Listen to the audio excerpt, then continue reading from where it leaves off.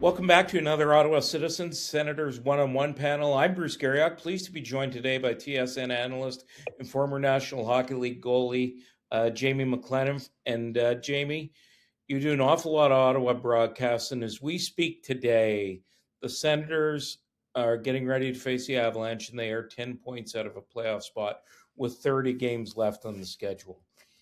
I think hopes here are fading, but they're coming off a pretty dominant performance against the Vegas Golden Knights. If they are to have any hope of them making the playoffs, what has to happen here?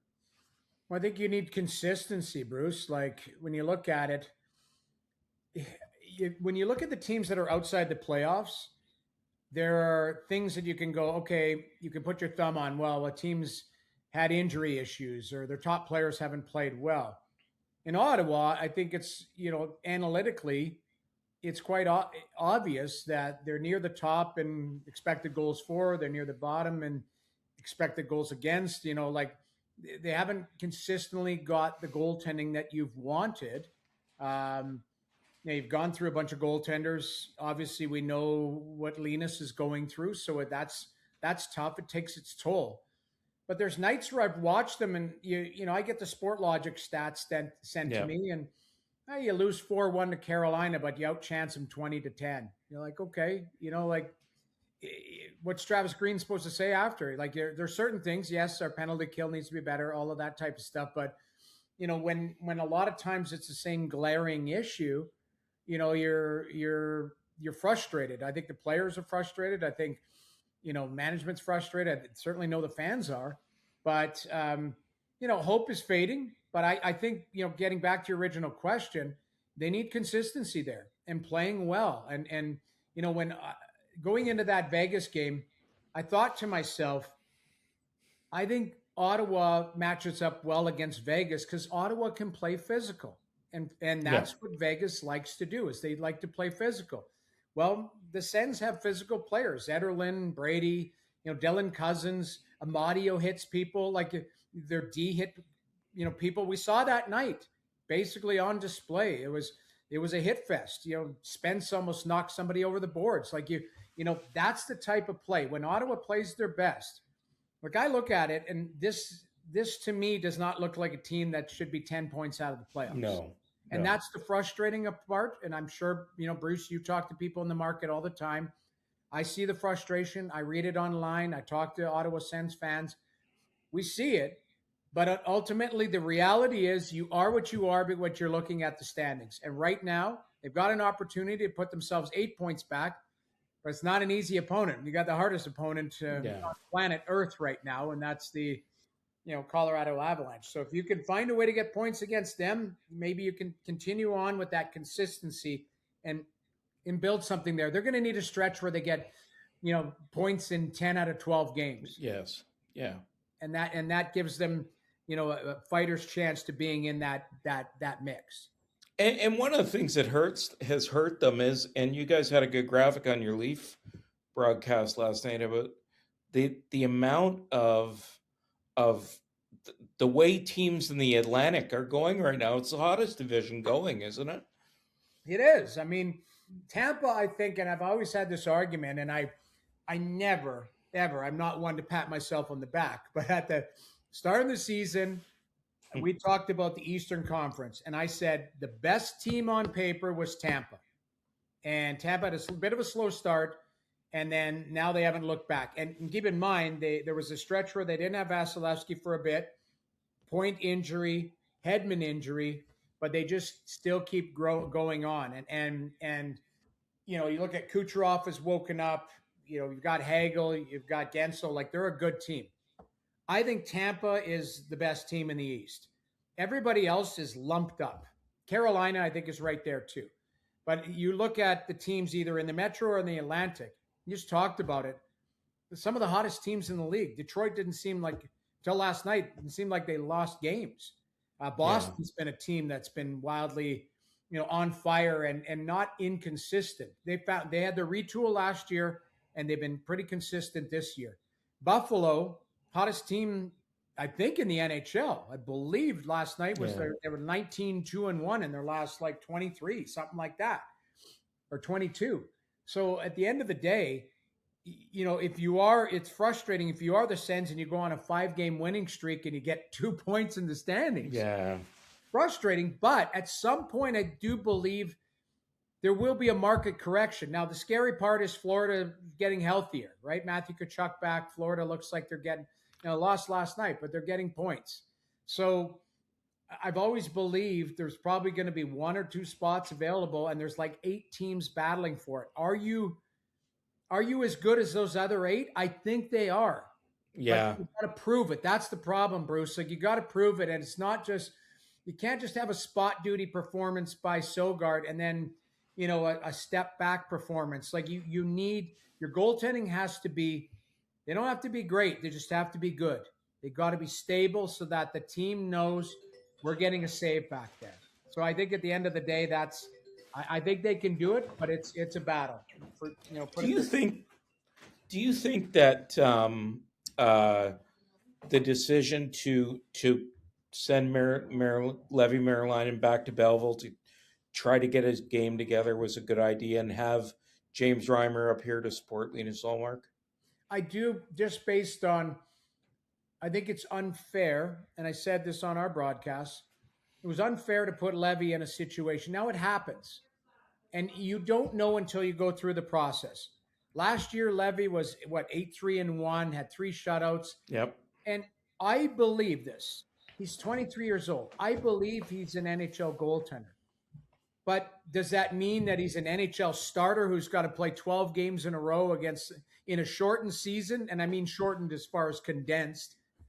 And asked to play against some of the top teams in the league. In a perfect world, they had the scenario. You got 31-year-old starter in Linus Ullmark, who you're paying $9 million a year, who's won a Vezina, who can handle all the heavy lifting, and he can be a mentor for a 23-year-old goaltender and bleed him into the lineup and help him settle in and like, that's the perfect scenario. Yeah. But that's not the case. Whether it's injuries or what Linus is going through, all of a sudden it's, hey, Leevi, here's 10 starts in a row. Let's see if you can sink or swim. And he sinks. I like the reset. I like the fact that they got an opportunity to put him in the minors. He's gone down and played well. We highlighted the 40 save shot the other day. And let him reset. And that he's not going to be in the minors the rest of his career. He's going to get an opportunity to come up. But I think you come up when the situation is stable, or the situation, you're forced into it again with an injury or something like that. So I thought it was the right call to call up Sogard. Obviously, Sogard played well the other day. And, you give Leevi just some breathing room to just let the dust settle and have a reset. Because I think a lot of the fingers were being pointed at him, whether it's right or wrong. But for a 23-year-old, he was wearing a lot where I didn't say it was unfair. That comes with the position. But, there were other culprits around that were contributing to some of his lack of success. Do you think that Reimer was a good option to kind of come in and stabilize things? Because I think he's done that, and he's got the personality. Like, he's kind of electric to be around, I feel. Yeah, what James is he's a happy personality, and he's a pro. That's the thing. Like, are there probably sexier, trades out there? Yes, because you're going to go for somebody younger, maybe somebody with a little bit more upside. But with that comes currency, and then all of a sudden, do you mess up the balance of power? Because, Linus isn't out of the lineup for an injury. He's out of the lineup because of a personal matter, a health matter in that situation. So you don't want to crowd his pathway back. You look at Leevi's situation at the time, you were going to grab somebody and then impede his pathway to draft development, all of that. So I could understand what you're trying to do. If you're Steve Staios, you're trying to plug a hole. Like, if there's a hole in the dam, you're taking a piece of gum and sticking it in there going, we want to buy some time until our perfect scenario is back, and that's having Linus available to you. And then you take Leevi out of the situation and go, James Reimer's a good personality. He's positive. He's got 500 games in the league. You know, he knows every situation. He's not going to be overwhelmed by it. And if he has a bad game, it's not going to send him into a spiral. He'll be able to recover. So to me, I thought the move was crafty, although it's hard. James Reimer's jumping on not just a moving train, he's jumping on a bullet train. Yeah. And that's tough to do. So, you know, I understand it, but it's still frustrating if you're a fan going, man, like, you know, Saturday night you lose 4-1 to James Reimer and you got Hunter Shepard there. All of a sudden you got two different goalies the next night, you know, playing against Vegas in uniform. Just because your old buddy reported it, what would you think if the Senators? There is some talk out there that I think they've done more than kick tires on Mackenzie Weegar. I think there have been some discussions there at the level of seriousness. I don't know, or even if it's close to reality, but Calgary's going through some things right now. Does that make any sense to you? He's got term on his contract, so if you look at that top four, he fits right in. I know he's got the worst plus minus in the league, by the way. Yeah, but I've heard it a lot. Yeah. Okay. So here's what I'm going to say. I don't know. Like, I've heard reports, but again, I try not to, you know, get caught up in stuff. Let me just talk about the player with Mackenzie Weegar. He's a hell of a player. Yes, plus minus. Again, if you dig deeper into a situation, he's not having his best year. No. But I say this all the time. I just talked about Andrei Vasilevsky yesterday. Connor Hellebuyck has won back-to-back Vezinas and won a Hart Trophy. I still think Vasilevsky is the best goalie on the planet. But he has had injuries, he's had inconsistencies, and he hasn't had his best seasons. But he had a great January where it went 8-0. He didn't forget how to play goal. The process is like, you know, sometimes you have a good season, sometimes you have a good month, all of that. Mackenzie Weegar didn't forget how to play D. He's a really good defenseman. He can run a power play, can play 5-on-5. The guy cares. He's a pro. He comes to play. And if you're looking at the right side, I'm not trying to get in the pathway of Jordan Spence. I think Jordan Spence is a top four. But what I am looking at is where Nick Jensen's at. And I'm looking at, you know, a scenario where if Artem Zub, all you have is a more offensive Artem Zub. You know, like I think Weegar, if you could find a way to get Weegar out of Calgary, yeah, your D is better. And he adds another dynamic. Again, I'm a Jordan Spence fan. I think Spence early in the year was settling into his new environment. And Travis Green didn't want to place him in situations where he was overwhelmed. There were a few nights, obviously, it's the one that stands out is the Anders Lee, you know, him pushing him off the puck, and, you know, you lose 2 points right there instead of that happens. It happens. That's why I'm not singling him out. Because I'll go an even step further, Bruce. The game in Nashville, I went back to my hotel room afterwards and I tried to think of how many points they've pissed away this year in the last minute or in the last 2 minutes or in the last, you know, when the game should be you're at least getting a point out of it and you're going to go get the one in extra overtime. I did the game in Dallas where they scored with 30 seconds left. I did the game against the Islanders where, Spence unfortunately had to. I did the game against Nashville. You're up 3-0. You don't get it done. We're talking, I'm on just off the top of my head, 5 to 6 points where those were guaranteed points and you found a way to not get them. And whether that's, and I'm not laying blame on any particular player, but that's why I brought up Jordan Spence. Or letting a point slip away in Detroit. Detroit, another one. You know, it was only a point, but they let the point slip away. But I think there was the Panthers. There was somebody else sent me a note on Twitter saying, well, this game too. The point being is, it's just, when I look at it, you come back to Mackenzie Weegar, you're going to have to give something to get something.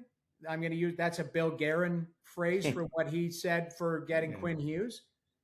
But Weegar fits the mold. He fits what you're trying to do. You're adding to an already for me, a really good group. I think the Ottawa Senators are a really good team. Yeah, they are. I do. And they're better than this, I think. They are. And I know that sounds optimistic.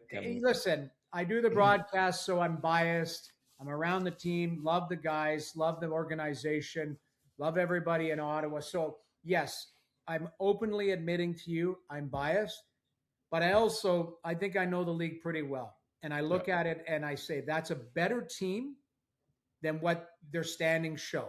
Unfortunately, we wake up today, they are where they are in the standings. So, if you're linking and if you're saying, well, should Stevie be a buyer or whatever, I think I always say this: you're always looking to make your organization better.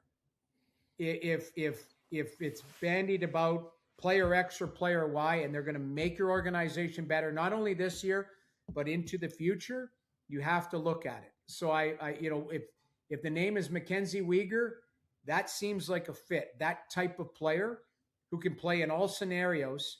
Keep in mind, you've got a superstar. Jake Sanderson is going to win a Norris. He's okay.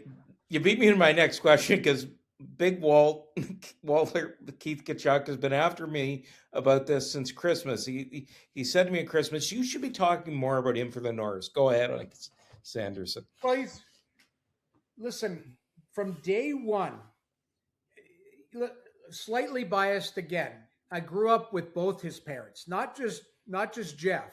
Ellen, I went to high school with his mom. Okay? So that's you're aging yourself here. That's how old I am, but it's also how much history I have with both their family, like her family, his family. Jake, from day one, I remember talking to Travis and saying, "What do you mean?" And he goes, "This guy is so good." Like he doesn't know, like his attention to detail. He's not a guy you coach because he's self-coach. He like almost like self-corrects. And it's interesting in talking to, Jacques, talking to everybody who's been around the organization. The biggest thing with Jake, it's just like you're going to watch him just get better and better and better because he was great defensively the minute he walked into the league, which usually for young defensemen, they struggle away from the puck because they've always been superstars growing up with the puck. They've never really had to defend because they always had the puck. Jake was so detailed away from the puck that you're now seeing in the last year and a bit, his confidence with the puck is growing, and you're seeing now quarterback in the power play. Now he's taking middle ice because he knows he's the best skater on the ice. So he's like, I'm going to the middle, try and stop me. I'm seeing his game grow right in front of our eyes. So, yes, you look through the league, there's Cale Makar. The kid in the island is a special player, Schaefer. Oh, yeah. Quinn Hughes is special. Jake Sanderson is in that conversation with those players right now. He's going to have a year where he's going to get 80 points. And, the Sens are going to have this tremendous success. And you're going to go, Jake Sanderson's a Norris. Like, if he's not a perennial Norris finalist, I will be shocked. And I think he'll win a Norris in his career. A lot of that is tied to what we do in the media, the hype, the success of the team, all of that type of stuff. But I am bullish on Jake Sanderson.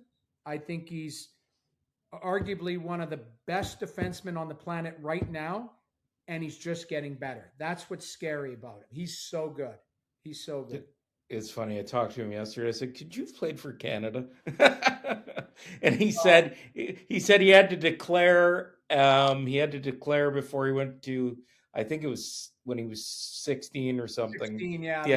That he had to declare he was an American anyways. I think there was some teams sniffing around. Keep in mind, like the weird part, and this is what sucks for Canadian hockey fans. He's Canadian. I know his parents are Canadian. That's why I asked him. He's born in their summer house. Like they live they have a place in Montana, right? Yeah, Whitefish, yeah. Right. So people in Ottawa, where do they go? Where they go to the lake? I don't know, I've got a cabin at this lake or whatever. Yeah. Well, when Jeff and Ellen, they have a place in Calgary, but they go across the border into Montana. So Jake's born in Montana. So he's really a Canadian. He played hockey in Calgary. Like he's played. Yeah, That's just the sad part is there was a probably a pathway where he could have chose to play. Hey, I'm going to play tier 2 in Alberta and then go to a U.S. college, but he went to the U.S. hockey program. So at some point there was a crossroads where they had to make the decision because you've got both. And unfortunately for Canada, we lost out on one of the best defensemen on the planet. Yeah, so. And I'd only asked him, Jamie, because I saw there was an athlete switch from Canada to the States the other day, and I thought I was sitting there with him. I talked to I think Lane Hudson's dad. I think this summer when he didn't get that's right. Yeah, remember Lane Hudson's dad said something about well, maybe we'll wait. But I believe, and I call Craig Button because Craig is really up on the rules of the IIHF and that. Apparently, you would have to take yourself out of competition for those, for a couple years once you get there. So I think it's too long of a process for these guys, unfortunately. But it's going to be electric to see Jake in the Olympics, anyways, whether it's Canada or the U.S. It's just nice to see him there. Great. Well, listen, I really appreciate your time. Jamie McLennan, Overdrive, TSN analyst for Senators regional games and former NHL goalie. Thanks for joining us, and we'll see you soon. All right. Well, thanks for having me. We'll chat soon.